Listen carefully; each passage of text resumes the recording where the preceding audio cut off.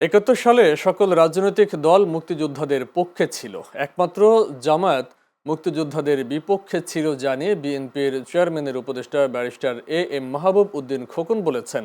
তাই স্বাধীনতার ৫৫ বছর পরে মুক্তিযুদ্ধের বিপক্ষের লোকদের ভোটের মাধ্যমে পরাজিত করতে হবে। রাতে নোয়াখালীর সোনাইমুড়ি উপজেলার আবিরপাড়া স্কুল মাঠে আসন্ন ত্রয়োদশ জাতীয় সংসদ নির্বাচন উপলক্ষে জনসভায় প্রধান অতিথির বক্তব্যে তিনি এসব কথা বলেন।